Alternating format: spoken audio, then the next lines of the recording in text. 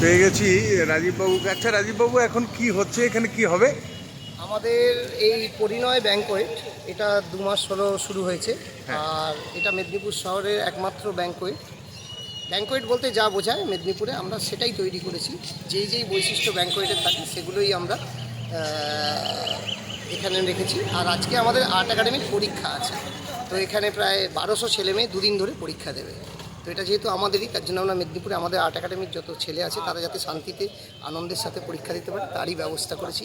গার্জেনদেরকে একটুখানি বসার সুযোগ করে দেওয়ার চেষ্টা করেছি, এইটুকুই আর কি। আমাদের সাথে গৌতম দা আছেন। গৌতম দা হচ্ছে এই ব্লগ করার জন্য আর এই ভিডিওর জন্য গৌতম দাকে অনেক ধন্যবাদ। গৌতম দা খুব সাংস্কৃতিক জগতের একটা পরিচিত মুখ এবং নানান কর্মকাণ্ডের সাথে উনি থাকেন। আর ওনার মেয়ে আমার ছাত্রী এবং খুব আদরের ছাত্রী, অনেক ছোটোবেলা থেকে শিখছে নন্দিনী। গানও খুব ভালো গায়। থ্যাংক ইউ গৌতম দা। আজকে এখানে আমার মেয়েরও পরীক্ষা আছে। মিসেস গার্ডিয়ান হিসাবে থাকবে, আমি একটু ঘুরে দেখাই। প্রচুর গার্ডিয়ানসরা সব আসছেন।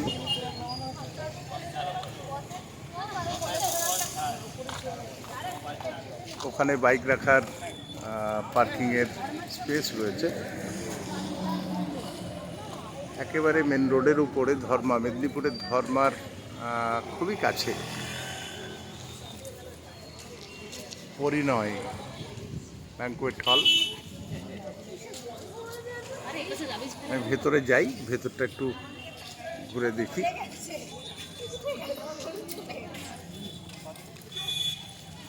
যেহেতু আজকে গার্ডিয়ানস মিটিংও আছে, পেরেন্টস মিটিং, মেদিনীপুর আর্ট একাডেমির প্রায় 1200 স্টুডেন্ট এখানে আজকে এবং আগামীকাল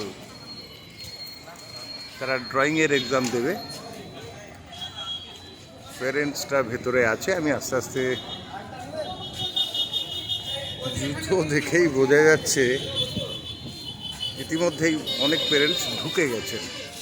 আমিও একবার ঢুকে দেখি। আস্তে আস্তে আমরা ভেতরে ঢুকলাম। ইতিমধ্যেই অভিভাবক যারা আছেন তারা বসে পড়েছেন। আমার মেয়ে নন্দিনীও রয়েছে। কোথায় আছে এবার খুঁজে বেড়াতে হবে।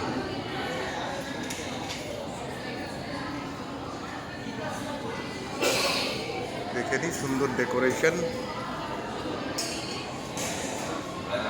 রিসেপশন।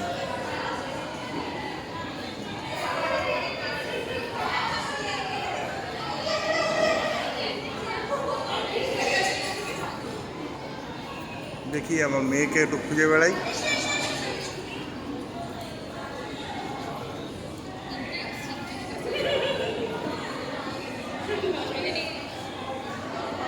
ওদিকে বসেছে।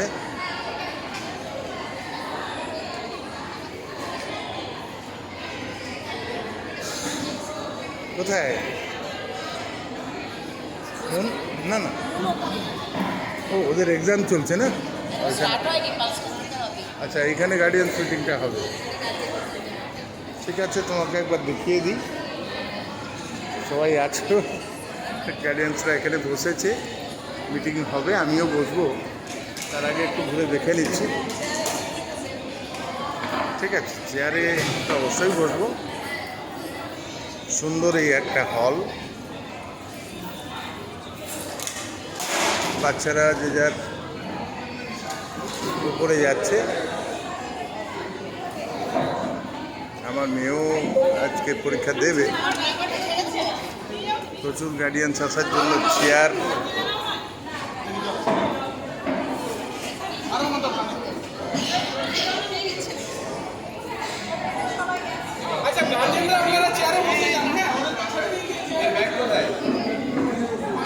আমি জাস্ট একবার চেষ্টা করবো, যদিও মানা আছে, বারণ আছে, তাহলেও একবার আমি উপরে যাওয়ার চেষ্টা করব। ঘুরে দেখাই একবার।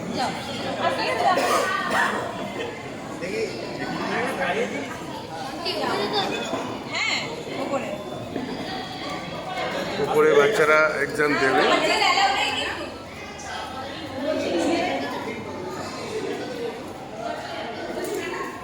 জাস্ট একবার দেখিয়ে আমাকে নেমে যেতে হবে, যদিও গার্ডিয়ানস অ্যালাউ নেই। আমি জাস্ট হলটা দেখাবো বলেই উঠলাম। এটা আমারও ফার্স্ট টাইম এখানে আসা।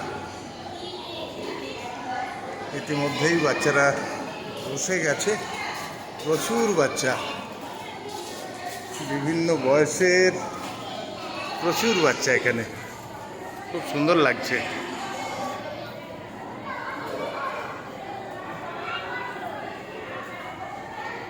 খুব সুন্দর হল।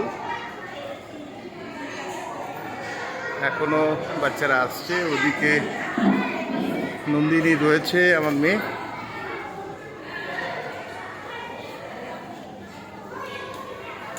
হাই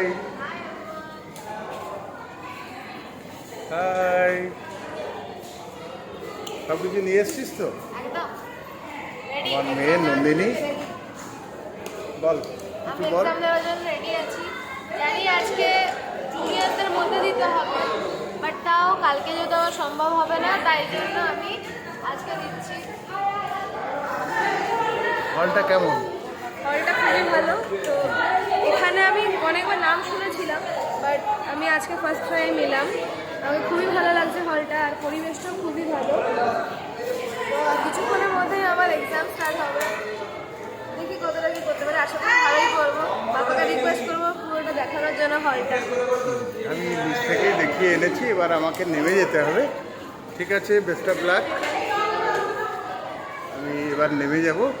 সব টিচাররাও এসে গেছেন, আর আমার কিছুক্ষণ থাকা যাবে না। খুব সুন্দর, দুর্দান্ত লাগছে।